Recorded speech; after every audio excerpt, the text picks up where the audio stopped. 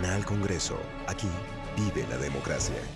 Hola, bienvenidos una vez más a Me Pido la Palabra, un programa de opinión que se hace para toda la comunidad en general. Hoy nos encontramos con la presencia de uno de los senadores que ha sido polémica durante todo el proceso de su partido político y que nos está acompañando y con el que queremos debatir hoy, tener una conversación bien amena. Senador Eber Bustamante, muy buenas y gracias por estar en Me Pido la Palabra. Iván, muchas gracias, muy complacido de estar aquí contigo, con Glicerio también, para hablarle a muchos colombianos que están pendientes de la evolución política y sobre todo con la coyuntura del próximo año 2018. Bueno, senador, ¿por qué no hace un favor y le dice a todos los que nos ven quién es usted, dónde nació, qué formación tiene? Cuéntenos algo de su vida privada. Bueno, este año yo cumplo 50 años en la vida política. Desde muy joven me integré a las Juventudes Liberales en el gobierno de Carlos Lleras Restrepo. Fue mi primera campaña política.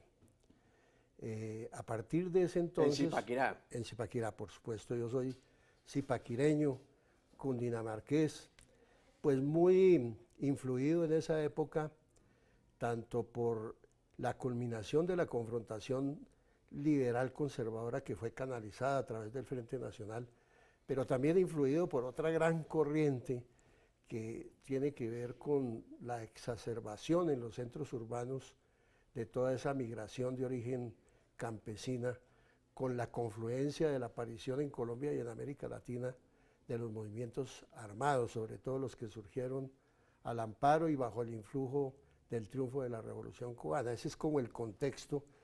O sea que mi juventud no es como la mayoría de los jóvenes dedicados pues a la fiesta, a las novias, que eso es muy agradable, sino muy tempranamente me vinculé a la actividad política. Zipaquirá tenía la característica que era uno de los municipios de la Sabana con mayor desarrollo industrial.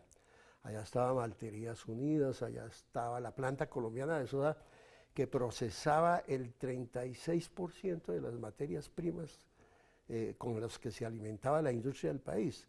La sal tiene una ventaja de que sus derivados producen muchos insumos para el desarrollo industrial. Estaba también Peldar que fue la primera gran fábrica del vidrio. Y yo desde muy joven me involucré con ese Había una sector actividad obrero. sindical enorme. Muy fuerte, que digamos empezó a cambiar un poquito la política liberal conservadora de la zona, porque surgieron sindicatos muy fuertes y ese, digamos, fue otra parte del contexto en el cual yo me fui desarrollando políticamente. Me convertí en asesor de la mayoría de los sindicatos porque yo estaba estudiando Derecho y entonces me apasionaba enormemente el tema sindical. En ese contexto conocí dos personajes muy importantes, que fue Andrés Almarales, un extraordinario líder sindical, un orador, que fue representante a la Cámara después con la Alianza Nacional Popular. Con la NAPO. Con la NAPO, exactamente. Y el otro personaje es Israel Santamaría. Que murió en un combate en el M-19 en Antioquia, ¿no? Así fue, pero también hay que destacar de Israel que fue el mayor elector del 19 de abril de 1970 en Antioquia, un muchacho de 25, 26 años. Un gran orador. Un gran orador también. Su primer cargo público. De Israel Santamaría, sí. En el caso mío fue el de notificador. En esa época, notificador del Tribunal Provincial de Zipaquirá. En esa época se hizo una reforma organizativa de la justicia que creó unos tribunales por provincias. Y en el año 68 me dieron un cargo que era el de notificador, que lo cumplí simultáneamente con mis tareas académicas en la universidad. Eso fue providencial porque me permitió conocer cómo es que funciona la justicia en Colombia. ¿Terminó Derecho dónde? En el Externado de Colombia, en el año 71, con otras personalidades que han jugado un papel muy importante en Colombia, como por ejemplo Alfonso Gómez Méndez. También, para mí ese tema del externado es muy doloroso, porque mire, mi presidente de tesis fue el doctor Carlos Medellín, que murió en el Palacio de Justicia. Mi profesor de Derecho Constitucional fue el doctor Gaona, que murió en el Palacio de Justicia. Mi profesor de Derecho Penal, el presidente de la Corte, Alfonso Reyes Echandía, murió en el Palacio de Justicia. Mario Calderón, también uno de mis profesores de Derecho Penal, murió en el Palacio de Justicia. Y un compañero de la promoción mía quedó muy mal herido también en el Palacio de Justicia. Entonces, digamos, pero eso lo miramos, es una anécdota muy dolorosa para mí. ¿Pero usted fue era de Zipaquirá en aquella época? No, yo no fui concejal. Usted fue concejal. Fui concejal entre el año 70 y el año 78 y siempre obtuve la mayor votación. El 19 de abril me sucedió una cosa muy curiosa. Yo iba con Enrique Pardo Parra, era un cundinamarqués que había sido embajador en Francia y había sido ministro de Minas y Petróleos, uno de los mayores conocedores del tema petrolero, antiimperialista, porque en esa época, digamos, especialmente la política de Estados Unidos, era para tener el control en el mundo del petróleo. Y este era un hombre, digamos, que denunciaba esa práctica de los Estados Unidos e intentó desarrollar una política nacionalista. Él fue mi primer jefe político, era de origen liberal. Pero, bueno, senador, ¿en qué momento se hace la transición de las juventudes? Porque usted nos ha dicho que empezó en las juventudes liberales. ¿En qué momento se hace esa transición del Partido Liberal al M-19? Iván, esta es una época no solo en Colombia, sino en el mundo en general, digamos, de gran efervescencia, con una altísima participación de la juventud. La juventud de la época era muy inquieta y el tema social era como el escenario principal. Yo había iniciado mi actividad, como ya lo mencioné, con el gobierno de Carlos Lleras Restrepo en la juventud, pero ese fenómeno de masas que se produjo el 19 de abril, pues me llevó a asumir un liderazgo que me permitió ser elegido concejal con la más alta votación en mi ciudad natal. Y esa misma noche me convertí en el jefe de la ANAPO, porque el belisarismo liberal prácticamente desapareció. Perdió la presidencia de la República, la ganó el general Rojas Pinilla y le robaron las elecciones. En mi caso particular venía eso presidido de una gran influencia del sector obrero, una influencia familiar también. Mi padre había sido líder social ahí, él casi que quería que yo fuera un joven que surgiera en el seno del Partido Liberal y me crié en ese ambiente. Él tenía el periódico El Espacio, que era un periódico regional que defendía mucho a los trabajadores de las minas de sal cuando entró a funcionar la planta colombiana de soda y se obtuvo todo desarrollo industrial. O sea, mi contexto político y social fue, digamos, de gran efervescencia en pro de la lucha social y el acercamiento de la brecha social que ha existido en el país. Bueno, senador, usted tuvo que salir del país, estuvo ya la cosa del M-19 muy apretada, hubo el robo de las armas del Cantón Norte. Es necesario que la comunidad conozca esa parte de su historia, pero hagámoslo después de este receso y este corte de Me Pido la Palabra, y que nos pueden escribir a mepidolapalabra@gmail.com o a nuestro Twitter @mepidolapalabra. Es donde nos pueden escribir, nos pueden ir inclusive enviándonos los cuestionamientos, preguntan qué quieren ustedes que le hagamos al senador, y pues aquí estamos prestos para estar con ustedes en mepidolapalabra@gmail.com. Ya regresamos. ¿Sabe usted cómo está conformado el Congreso de la República?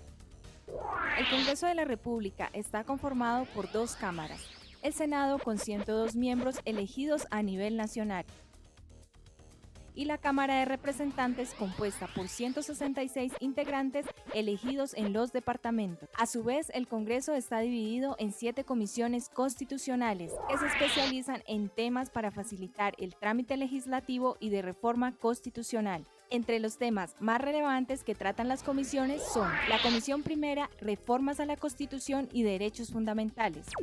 La Comisión Segunda trata temas internacionales y de seguridad nacional. La Comisión Tercera, Impuestos y Crédito Público. La Comisión Cuarta, Presupuesto. La Comisión Quinta, Temas Agrarios y de Medio Ambiente. La Comisión Sexta, Servicios Públicos, Educación y Cultura. Y la Comisión Séptima, Salud y Vivienda. Encuentra más información en nuestro portal web. Canal Congreso. Aquí vive la democracia. Bueno, una vez más estamos con usted. Gracias por estar al frente de sus televisores. Las personas que nos están escribiendo a mepidolapalabra@gmail.com. Muchas gracias por estar con nosotros. @mepidolapalabra nuestro Twitter. Y vamos a seguir con el senador, que tiene algo muy interesante que responder acerca del cuestionamiento que hace mi compañero de sede, Griselio Perdomo. Bueno, este es un periodo muy importante.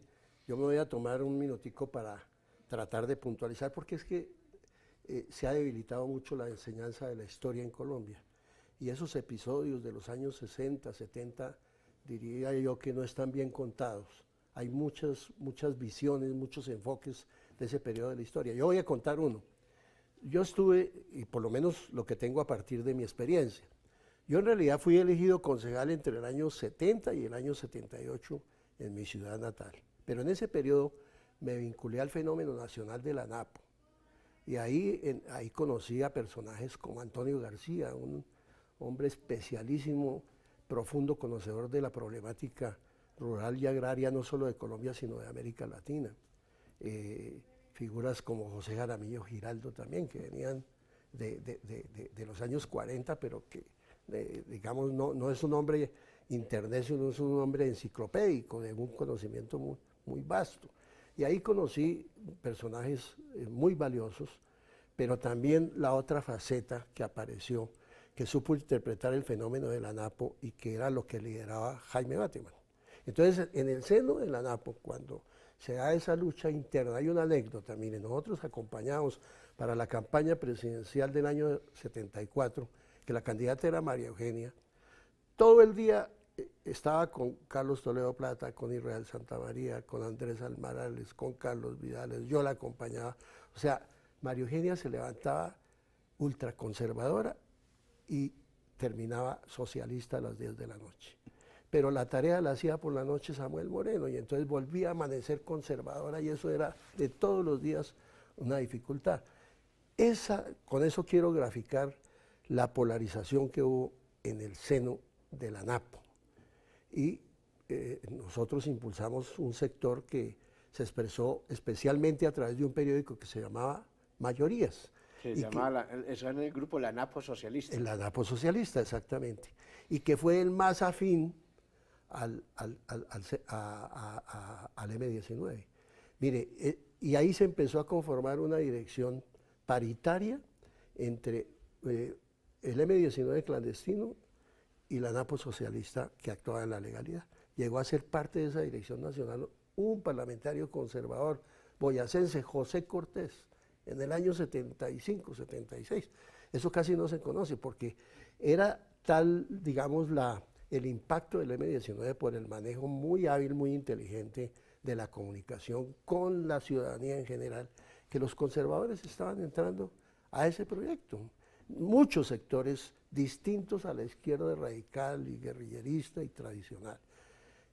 Ya los acontecimientos a los que se refiere Griselio pertenecen a otro momento, tanto de la ANAPO como del M19, que la marca fundamentalmente la toma de las armas del Cantón Norte.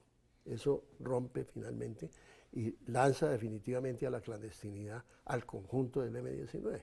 Y ahí empieza un periodo totalmente distinto que está marcado ya posteriormente por la toma de la Embajada de la República Dominicana, ese conflicto muy duro que no conoce suficientemente el país, que se desarrolló especialmente en el Caquetá y en toda la zona amazónica del país, que fue una guerra campesina que no ha sido suficientemente difundida y estudiada. Entonces digamos que ahí ya entramos en un momento. Ahí, en ese periodo, especialmente después de la toma de la Embajada de la República Dominicana, y después de que hacemos una reunión para tratar de reconstruir la dirección del M19, porque la mayoría de los compañeros estaban en la cárcel, la mayoría. Carlos Pizarro,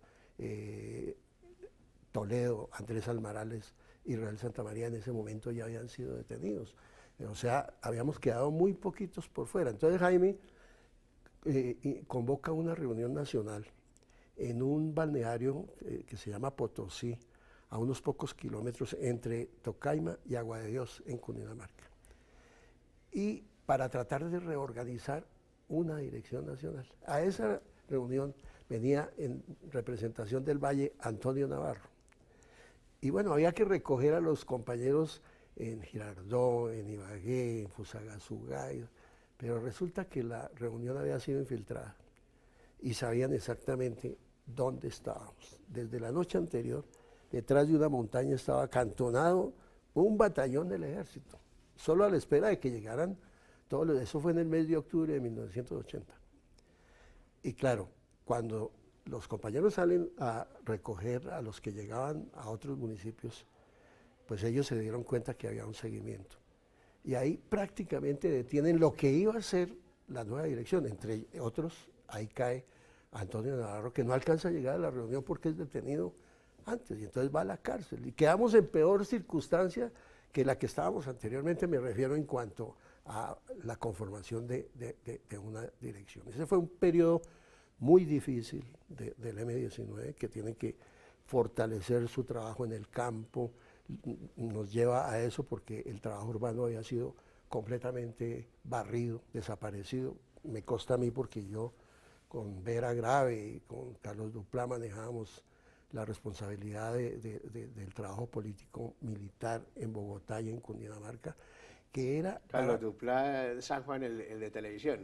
Claro, él era miembro de la dirección. El director de televisión. El trabajo más importante en el sector obrero y popular estaba aquí, que era muy grande, casi igual a lo que tenía el Partido Liberal, pero que fue muy duramente golpeado, y eso nos obliga pues a irnos al campo. Y ahí viene ya todo el replanteamiento que hace Iván, sobre todo, y que coincide posteriormente con la llegada al gobierno de Belisario Betancur. Ya entonces viene el tema de la amnistía, salen los compañeros de la cárcel. Esos son 2, 3 añitos muy complejos, que requieren como un análisis muy especial entre el 82 y el 85, los sucesos del Palacio de Justicia, que digamos tampoco se ha profundizado suficientemente en el análisis de qué fue lo que pasó en ese momento. Ese es el periodo en que yo me voy al exterior, porque estaba encargado de las relaciones internacionales Carlos Toledo Plata, con quien yo tenía una gran amistad desde cuando estábamos en la NAPO, y él me pide el favor pues que vaya al exterior. Me lo pide también Jaime, porque había unas diferencias internas que no vienen al caso, pero que en razón de ellas Jaime me pide que vaya a ayudar a Carlos Toledo. Carlos, un poco imprudentemente, pero con un afán inmenso de venir a trabajar en el proceso de negociación con Belisario Betancur, se devuelve sin ninguna protección al país, y al mes de haber regresado lo matan en Bucaramanga, cuando salía a trabajar, porque él era un médico ante todo, y sale a trabajar a su clínica y lo matan, ¿sí? Entonces, digamos, eso está lleno de circunstancias también personales y políticas, sobre todo en ese periodo, que es a la que se refiere Gliserio. Yo en ese periodo estoy especialmente... ¿Cuánto tiempo usted duró en el exterior entonces? Yo duré trabajando ya en el exterior fundamentalmente desde el año 83 hasta el año 88, 89, en una estrecha relación, obviamente, porque no se podía hacer, ese trabajo internacional del M-19 es inédito. Es decir, teníamos representación en 77 países, en América Latina, en Europa, en África. En todas partes teníamos una representación reconocida por el gobierno. Es que el M tenía una vocación de poder, digamos. Y en ese sentido, los partidos políticos de muchos países del mundo reconocían, digamos, ese desarrollo, esa postura del M-19, que era muy distinto incluso al resto de movimientos guerrilleros de América Latina. Tal vez los que más lograron eso fueron un poco los montoneros de Uruguay, y tal vez los argentinos, que también trabajaban mucho el tema internacional. Al punto que recuerdo Tupamaros en Uruguay, los Montoneros Tupamaros en Uruguay y los Montoneros en Argentina. Al punto que en una ocasión cuando firmamos los acuerdos de paz, el que había sido ministro de Relaciones Exteriores de Belisario Betancur, un día me invitó a desayunar a su casa y me dijo, oiga, ahora sí cuénteme, ¿ustedes cómo hacían? Que nosotros llegábamos a cualquier reunión internacional y ustedes ya habían hablado con el gobierno, con los delegados que iban a esas reuniones en Naciones Unidas, ustedes también tenían al día la información, ¿cómo hacían ese trabajo? El M-19 tuvo una organización internacional muy fuerte, con una gran capacidad de relacionamiento con los gobiernos, de información hacia los partidos políticos y en ese sentido, digamos, logró obtener un gran prestigio internacional, que posteriormente se refleja en los acuerdos de paz. Ese acuerdo de paz del año 90 estuvo rodeado de muchísimo apoyo internacional. Otra anécdota, Willy Brandt, que era el presidente de la Internacional Socialista, había sido el canciller alemán, él venía a recibir las armas del M-19 en diciembre de 1989, que no se pudo hacer porque se hundió en el Congreso el proyecto de ley que estaba contemplando, ese sí, unas condiciones especiales para... Circunscripciones especiales de paz. Circunscripciones especiales de paz, pero le colgaron lo que sucede en Colombia, le colgaron el articulito para el tema del narcotráfico y Virgilio Barco... El 17 de diciembre le colgaron la no extradición. Y la no extradición y se hundió el proyecto. Y Virgilio Barco no lo sancionó. Y no lo sancionó y por lo tanto Willy Brandt no pudo venir a recibir las armas. Eso sucedió ya después en el mes de marzo, cuando se hace con una delegación también internacional muy importante. Pero a este proceso estuvieron vinculados, bueno, Felipe González, Mitterrand, el canciller alemán, Bettino Craxi, que había sido primer ministro italiano, casi que todos los presidentes de América Latina, Oscar Arias, que en ese momento ya había sido premio Nobel y había sido presidente de Costa Rica, Carlos Salinas de Gortari, el mismo Alan García, y un hombre que jugó un papel estelar, y por eso las diferencias en los desarrollos políticos en el caso de Venezuela. Carlos Andrés Pérez fue fundamental, digamos, en ayudar desde la presidencia, prácticamente que el Palacio Presidencial de Caracas se convirtió, digamos, en el centro de la negociación de los acuerdos en la etapa final y de la recepción de las armas y la conformación de la Comisión Internacional. Allá estuvimos con Antonio Navarro y con Carlos Pizarro ya después del 9 de marzo de 1990 cuando se firmaron los acuerdos, pero Carlos Andrés Pérez fue crucial, digamos, porque entendió lo que significaba políticamente el M-19. Pero también lo entendió Chávez y Maduro, porque ayudaron mucho el proceso con las FARC. Pero fíjate que es una situación totalmente diferente, ¿sí? Porque, digamos, ese es otro tema. Ese es otro tema. Vamos a discutir ese tema porque ustedes hacen parte del Centro Democrático de la controversia de por qué no aceptan este tema. Pero terminemos esta parte que es interesante porque usted está referenciándose del respaldo internacional a la negociación de paz que hizo el M-19, que no entregó armas, ¿no? Sino que las dejó. Exactamente. Una anécdota más. El 4 de octubre, que en el Cauca, que fue donde se tomó la decisión, una reunión nacional, el M-19 era muy democrático, a pesar de estar en armas, pero tomaba decisiones consultando la gente y los delegados de todas las regiones del país. Y ahí se decidió. En Los Robles. En su 10ª conferencia. Pero una pregunta, Santo Domingo. ¿Usted disparó alguna vez, tomó las armas? Porque lo veo como muy... Yo disparé muchos piropos a las mujeres, que eso es la mejor arma que uno tiene para... Usted es lo que llamaban hoy en día entonces las milicias ciudadanas, ¿cómo es que llaman? Las de los pueblos. ¿Cómo le decían a eso, Grisel? ¿Usted qué tiene Claro, más? lo que pasa es que el M-19, a diferencia de los otros movimientos guerrilleros, es que el M-19 fue creado fundamentalmente en el sector medio de la población, distinto, sector más intelectual. Entonces su proceso, y además no fue comunista, así, Correcto. Eso sí lo tenemos claro. sino que viene de sectores que buscaban fundamentalmente el sueño de universitarios, y por eso fue mucho más fácil llegar a una madurez de la negociación y la aceptación de la sociedad misma, porque la sociedad misma la aceptó, tanto así que pues salieron Pero muchos aún votos, hoy en salieron día, constituyentes. con el y todo. respeto de Griserio, aún hoy en día se sostiene que el M-19 ha sido un grupo de izquierda. Lo decía Navarro, hace unos días que lo entrevistamos, el senador Navarro decía que él hizo parte de las comandancias del Caquetá, de por allá de ese sector, del Meta y de toda esa cuestión. No, del Frente Sur.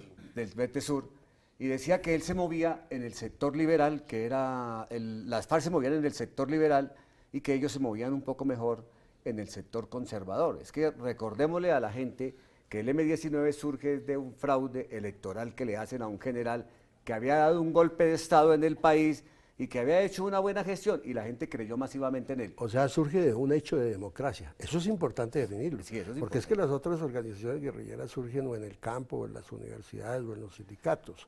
Pero esto fue ligado a un hecho de democracia muy importante, senador, que fue el triunfo del pueblo a través del voto. Uno mira el origen de las FARC y se inician las guerrillas liberales. Es que Marulanda Vélez es un guerrillero liberal, tan liberal como lo hubiera sido usted en su época de juventudes y como lo fuimos muchos de nosotros. Yo me acuerdo que mi padre hizo parte de ese movimiento, mi papá fue diputado en esa pérdida de Belisario Betancur, mi papá fue diputado a la Asamblea de Cundinamarca. Entonces, toda esta gente se inicia en ese momento tan liberales como lo fue Marulanda Vélez, que después se transformó, como lo dijo Navarro, en línea Pekín o línea... Pero fíjate, yo insisto que hay una gran diferencia en el hecho político y social de que el M-19 surge en una coyuntura esencialmente institucional, que es voto por un candidato a la presidencia que triunfa y le roban eso. Las otras guerrillas no. Y esa diferencia, digamos, explica a lo largo de la existencia del M-19 su decisión final de las armas. Es una actitud diferente frente al proceso, que no es comunista, como lo dice Gliserio. Mire, hay una anécdota que finalmente quería para cerrar esta etapa. Ese mes de octubre que se decidió... Pero eso fue en Santo Domingo. En Santo Domingo, En la 10ª correcto, conferencia. en Santo Domingo. Pero fue una decisión que tomó el conjunto de la organización. Carlos escribió una carta a García Márquez. Carlos Pizarro. Carlos Pizarro escribió una carta a García Márquez que yo se la llevé a García Márquez, esto para terminar el punto del tema internacional. Se la llevé a su casa en Ciudad de México. Y ese mismo día que él la leyó, donde en esa carta manuscrita, Carlos le explica las razones por las cuales se ha tomado la decisión de dejar las armas, como dice Gliserio. Se le iluminaron los ojos a García Márquez. Ese mismo día, y hay que decirlo, porque el creador de esa comisión internacional no fui yo, ni fue el equipo que estábamos en el trabajo internacional, fue García Márquez. Ese mismo día llamó a Felipe González, llamó a Mitterrand, llamó a Carlos Andrés Pérez. La gran mayoría de ellos eran de la socialdemocracia, que en ese momento de la Internacional Socialista, que en Europa tiene una connotación distinta a la del comunismo, pues hace parte más de una lucha histórica entre la socialdemocracia y el comunismo que se dio en Europa en el siglo XX. Y a todos estos personajes, digamos, él ese día armó desde su casa la Comisión Internacional. Y yo lo que hice fue recorrer todos los países para ir adquiriendo los compromisos. O sea que García Márquez sí tenía una vinculación estrecha con el M-19. Era muy cercano, pero era un trabajador de la paz y él se dio cuenta que esta era una decisión muy importante. Puso a los cubanos también en función de ese proceso. Fue de una gran ayuda, que creo que es faltó muy en ese importante. Además hay una cosa, acuérdense que García Márquez tuvo hasta acercamientos con Bill Clinton, eran muy cercanos. Vamos a ir a un corte para que ya volvamos a nuestro tercer segmento, Gliserio. Por favor, escríbanos a mepidolapalabra@gmail.com, nuestro Twitter, @mepidolapalabra, y pues continúen con nosotros que enseguida regresamos después de este corte. ¿Sabe usted cuáles son las funciones del Congreso? El Congreso de la República de Colombia desarrolla múltiples funciones esenciales para el funcionamiento de nuestra democracia. Estas son asignadas por la Constitución y la ley. Tiene, entre otras funciones, la función de reformar la Constitución mediante actos legislativos. Además, crea, modifica y anula las leyes. Así, el Congreso establece, por ejemplo, cómo se van a invertir los recursos de los colombianos. También tiene la facultad de citar a ministros y a otros funcionarios públicos para indagar, obtener información y exigir acciones frente a su gestión. El Congreso elige a algunos de los altos funcionarios del Estado. Además, puede, si es el caso, investigarlos y juzgarlos. Encuentra más información en nuestro portal web. Canal Congreso. Aquí vive la democracia. Bueno, aquí estamos otra vez de nuevo con el senador Bustamante. Hay algo que yo quiero preguntarle, y como siempre, Giselle, yo tengo una pregunta que no puedo dejar de hacer. Mochilada. Sí, mochilada. Y pues son varias, pero esta vez quiero preguntarle, ¿cómo es ese paso de esa tendencia casi de izquierda, no comunista, como usted ha sido enfático en afirmarlo varias veces, no comunista, pero casi social de izquierda, ¿cómo le llamaría? No, la izquierda le llamaban los socialbacanería. Eran los socialbacanería, porque le gustaba era la salsa, la alegría, todo. Aquí el más bambuco y más guabina y torbellino aquí en el interior. La salsa es la de usted. Senador, ese paso de pronto de esa connotación casi de izquierda a la derecha plena, a ese centro democrático que está enmarcado dentro, o el país lo tiene enmarcado dentro de la extrema derecha.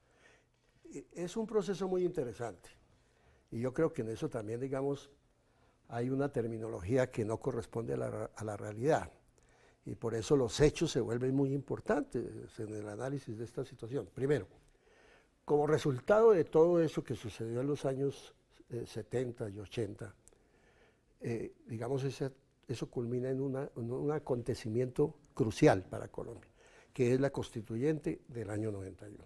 Es el nuevo pacto social, que es producto de varios factores.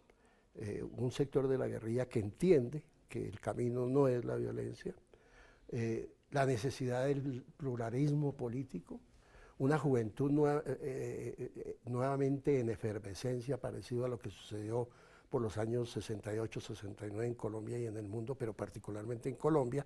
En ese periodo toma un gran protagonismo, más que el sector obrero y más que el sector campesino, y todos esos factores llevan finalmente a la gran decisión de la Asamblea Nacional Constituyente. Y ahí se produce un fenómeno inédito también. La presidencia se reparte entre el Partido Liberal, Horacio Serpa, Partido Conservador, Álvaro Gómez, y el representante de esas fuerzas en emergencia política reconocidas por el país, Antonio Navarro, y hacen una carta de navegación. Ese es el gran acuerdo, con unos logros maravillosos para la época. Yo solo menciono dos.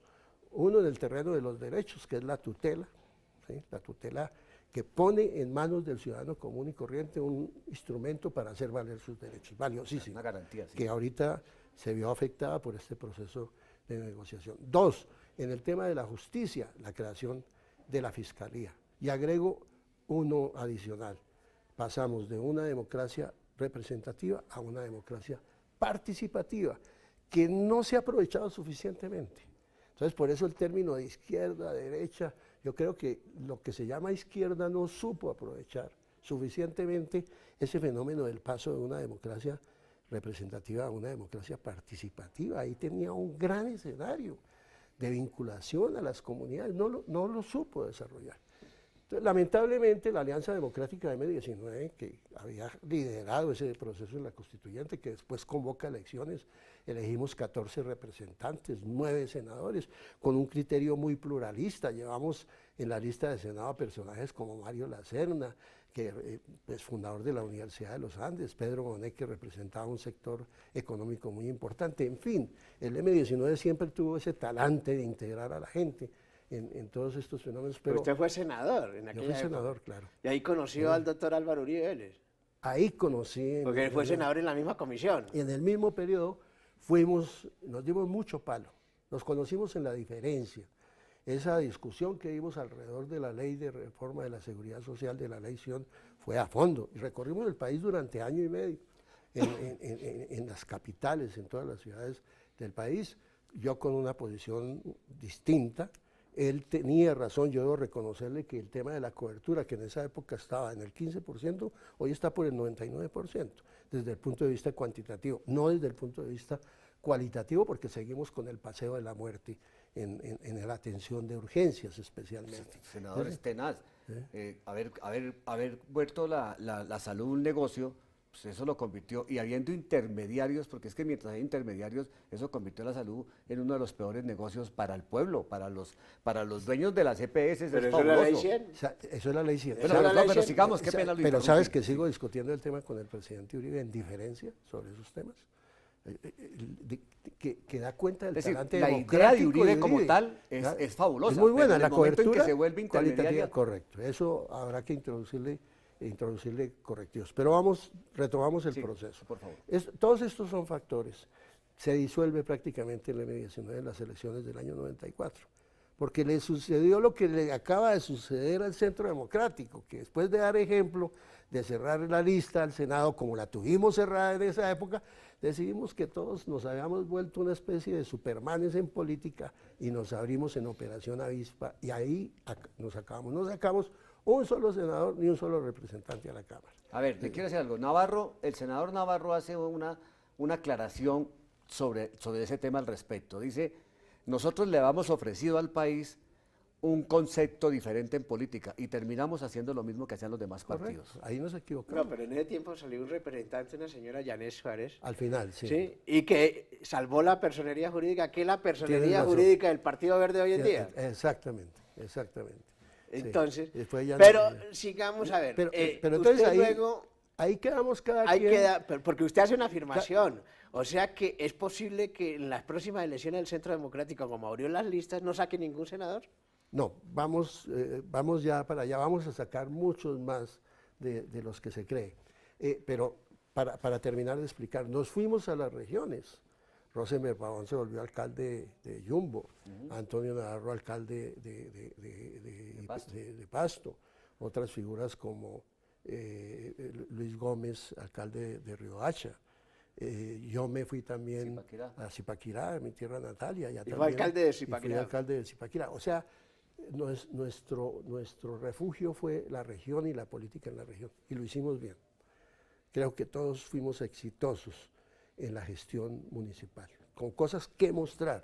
Antonio Nariño, Rosenberg. Fue el mejor alcalde del país, ¿no? Exactamente. Yo hice unas cosas muy buenas que en turismo, por ejemplo, volver un ícono del turismo nacional e internacional, la Catedral de Sal, y convertir esa renta nacional en una renta municipal que hoy le permite ingresos al municipio que Pero le ha Uribe permitido. dice que él hizo eso. No, también ayudó, porque ese es un proceso. Cuando él entró en el 2002, efectivamente yo era alcalde y él me ayudó, pero ese es un proceso que yo venía adelantando desde cuando fui representante a la Cámara con Vera Grave en el año 90, porque la Catedral de Sal la acaban de cerrar por su deterioro natural, y ahí empezamos a forjar ese proyecto. Además, O sea, es hermosa. ¿qué dejó la gente del M19 que se fue a las regiones? Un ejemplo de buena gestión. Eso es lo que diría yo hasta el año 2000, más o menos 2000, principios del 2000, una gran cosa. En esa época, en el caso de Cundinamarca, las FARC había crecido en su poderío militar enormemente. Tenía prácticamente rodeado a Bogotá. Yo fui testigo. Como alcalde intentaron tomarse la alcaldía, me intentaron hacer un atentado. Me tocó darle refugio a los alcaldes de la provincia de Río Negro, traerlos a vivir a Zipaquirá, y me mataron a uno ahí en Zipaquirá. Estaban en las goteras de Bogotá. Y es cuando aparece todo el planteamiento de Álvaro Uribe, a quien yo conocía. Me sucede una cosa muy simpática, que la voy a contar hoy por primera vez. Llega a mi despacho en el año 2001 Álvaro Uribe y me dice: hombre, Eber, yo en Cundinamarca no tengo, al único que conozco es a usted, pues de políticos que ha estado conmigo y todo. Yo soy un desconocido aquí en la política nacional. Hombre, ¿por qué no me ayuda convocando unos alcaldes para hacer una reunión y hablarles? Yo le digo, bueno, pero con una condición. no estoy de acuerdo con su política de seguridad democrática. Entonces, si me deja hablar de primero, para referirme a ese tema, yo con mucho gusto le organizo una reunión. Le digo, listo, no hay ningún inconveniente. Le reuní, de los 116 alcaldes, le reuní 80 en un club, en una zona rural de recreación aquí en la sabana de Bogotá, y llegó a la reunión. Llegaron 80 alcaldes. Eso fue más o menos agosto del 2001. Las elecciones eran en el 2002. Entonces, ya estaban sentados todos y me dice, bueno, alcalde, era una reunión privada porque como funcionarios públicos no podíamos participar en política. Y él toma la palabra y me dice, alcalde, les agradezco mucho esta convocatoria, pero yo tengo un compromiso con el alcalde de Zipaquirá, con Ever, y es que él no está de acuerdo con mi política de seguridad democrática, que es de lo que les vengo a hablar a ustedes aquí. Entonces me dejó hablar y yo me eché todo eso. Yo estaba todavía bajo la influencia, digamos, de esa visión que tenía sobre la seguridad. Y me echo mi carreta. Bueno, me aplaudieron y él mismo me aplaudió. Y luego viene la intervención de él y desarrolla los 3 temas que en esa época manejaba. La seguridad democrática, el tema del desarrollo económico a través de la inversión y el tema de la cohesión social, cerrar la brecha social, el tema de la pobreza. Oiga, pues al final me quedé solo. Todos los 80 alcaldes ese mismo día declararon su respaldo. ¿Sí? Entonces me dijo, Ever, piénselo muy bien, ¿sí? Ayúdeme usted también, ¿sí? Ahí entendí una cosa, porque el discurso del giró en relación con un problema que estaba afectando a todos los alcaldes de Cundinamarca, que era el problema de la seguridad. Le estaban matando a los campesinos, estaban secuestrando a los finqueros, estaban asaltando en las carreteras con las pescas milagrosas. Eso era una vaina complicada. Entonces, los alcaldes sentían que llegaba una política que protegía al ciudadano. Allá en esa época dijeron, no, es que la seguridad es para los ricos y no para los... No, era para todo el mundo. Esa es la razón, eso es lo que explica el amplio apoyo electoral que aún mantiene Álvaro Uribe en el departamento de Cundinamarca. Le quitó la amenaza de la violencia.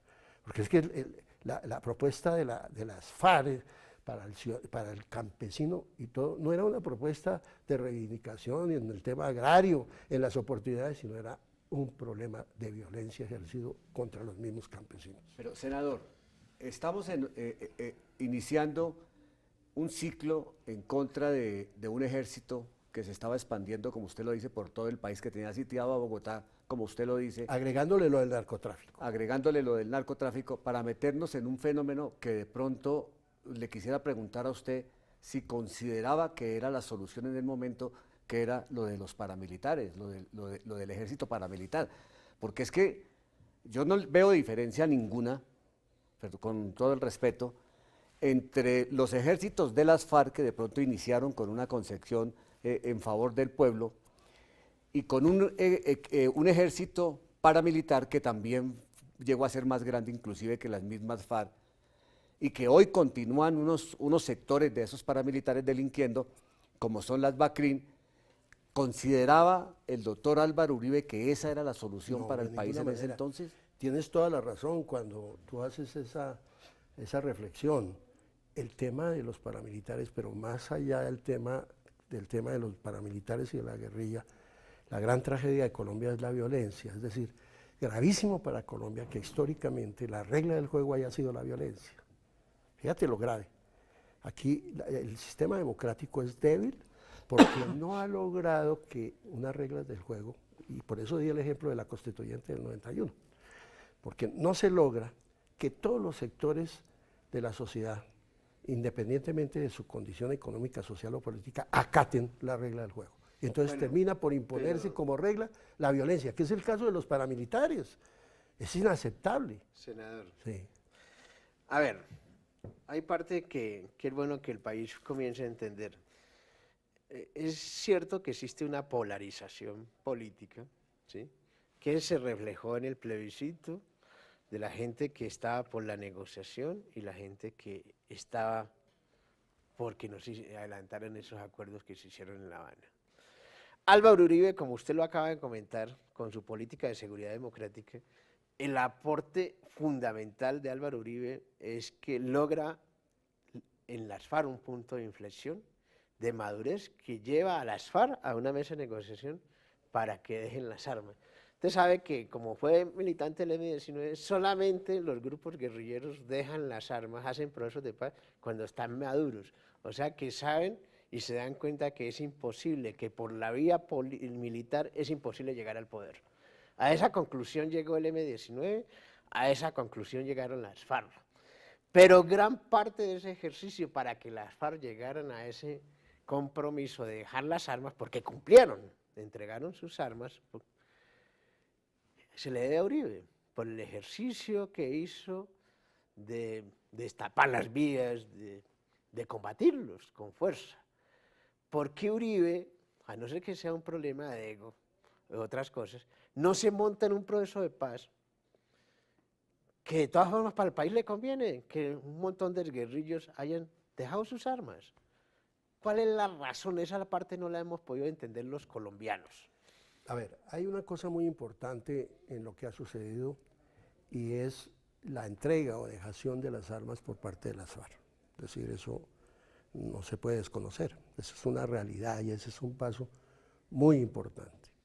El tema es que una sociedad tiene que preguntarse cuál es el precio que paga por esa dejación de armas, ¿sí? Es decir, el tema, en el caso de los paramilitares, por ejemplo, el éxito fue parcial, ¿sí? Un sometimiento, diría parcial, todavía tenemos consecuencias negativas de eso, pero un sometimiento y un pago, digamos, de sanciones por todos los actos de delitos de lesa humanidad y los delitos atroces y las cosas inconcebibles. En el caso de las FARC, mire, yo quiero recordar que le insistimos a las FARC a través de al final de la Coordinadora Nacional Guerrillera Simón Bolívar, por los años 88, cuando se empieza ya el M-19 se aleja, le propone a las FARC, hombre, tenemos una discusión sobre el tema de las armas, esto llegó al final, y las FARC tercamente, y es que ahí surge una responsabilidad o ética o moral o política o jurídica, judicial, y ellos dijeron, no, el camino siguen siendo las armas. Mire qué ha significado eso, Glicerio, en estos 27 años. Más de 18.000 muertes, asesinatos, más de 14.000 secuestros, más de 12.000 niños reclutados, más de 23.000 atentados a la infraestructura del país. Entonces uno dice, hombre, si se dio una discusión y conscientemente dijeron que no, surge una responsabilidad. Porque es que el costo que pagó el país en estos 27 años implica unas responsabilidades. La responsabilidad no solamente de la guerrilla, es del Estado, es de los Claro, particulares. claro que sí, pero por eso... Por eso es que no hay acuerdo en el tema del acuerdo, porque si claro, se creó una justicia transicional... Pero tiene que haber atenuación de penas, yo estoy de acuerdo que para que sea exitoso tiene que haber atenuación de penas, pero aquí se comete otro error sumamente grave, y es que con la complacencia del gobierno, o mejor, el gobierno accede a una solicitud en la negociación de las FARC, que es crear una nueva justicia. Y eso sí es gravísimo. Esa jurisdicción especial de paz que está concedida para 20 años, con unos magistrados propios, casi que por fuera de la Constitución Nacional, o mejor incorporando, como en la práctica han incorporado como bloque de constitucionalidad los acuerdos. Eso, en lugar de fortalecer la institucionalidad del país, produce el fenómeno contrario, la desinstitucionalización. Entonces, digamos, ahí hay un debate de fondo, yo estoy de acuerdo. Vamos a ir a un corte para que ya volvamos a nuestro tercer segmento. Vamos para nuestro tercer segmento, Glicerio. Por favor, escríbanos a mepidolapalabra@gmail.com, nuestro Twitter, @mepidolapalabra, y pues continúen con nosotros que enseguida regresamos después de este corte. ¿Sabe usted cómo se hacen las leyes en Colombia? Según la Constitución y la Ley Quinta de 1992, estas pueden ser estatutarias, orgánicas y ordinarias. El procedimiento se puede dividir en 3 partes: iniciativa, debates y sanción. ¿Quiénes pueden presentarlas? Cualquier congresista, algunos altos funcionarios del Estado y los ciudadanos a través de la iniciativa popular. Después de presentado el proyecto de ley, este debe superar 4 debates en el Congreso. Estos debates inician en una de las comisiones de acuerdo a la temática del proyecto de ley. Luego pasa a ser debatido y votado en la plenaria de la respectiva Cámara. Posteriormente, el procedimiento de debate se repite en la otra Cámara. Al ser aprobado en los 4 debates, el proyecto de ley debe ser sancionado por el presidente para que entre en vigencia y se convierta en ley de la República. Encuentra más información en nuestro portal web. Canal Congreso. Aquí vive la democracia. Senador, ¿qué podemos esperar los cundinamarqueses de usted? Y pues invite a la gente para que lo acompañe en las próximas elecciones en esta justa Está electoral. en la lista del Centro Democrático del Senado, ¿con qué número? Con el número 26 los cundinamarqueses tendremos oportunidad no solo de tener una representación en el Senado, sino en el gobierno nacional. Iván Duque es la figura renovadora de la política nacional, va a ser un modelo político realmente atractivo, renovador, desde el punto de vista de la democracia. ¿Va a ir a consulta con Marta Lucía Ramírez? Pues si vamos a consulta o no, estamos convencidos que el candidato final será Iván Duque, con la vicepresidencia seguramente de Marta Lucía Ramírez. Por eso los invitamos a que nos acompañen en la lista para Senado por el Centro Democrático con el número 26 y que apoyemos a nuestro candidato que será el próximo presidente de Colombia, Iván Duque. ¿No estará muy bicho Iván Duque? Dicen que no ha manejado un parqueadero. Va a manejar todos los parqueaderos y todo el territorio nacional, y eso es una ventaja porque no está contaminado. Esa es la ventaja de Iván Duque, un hombre con excelente formación, con amplio conocimiento del país y sobre todo con disposición, voluntad para impulsar la gran transformación que está necesitando Colombia. Senador, muchas gracias por haber estado con nosotros. Nos faltó tiempo para haber hablado de otros temas importantes, las jurisdicciones especiales para las víctimas, y pues esperamos que usted verlo próximamente en la próxima legislatura del Senado. Ahí estaré y espero que me acompañen. Gracias a todos nuestros televidentes y los esperamos en un próximo programa. Canal Congreso. Aquí vive la democracia.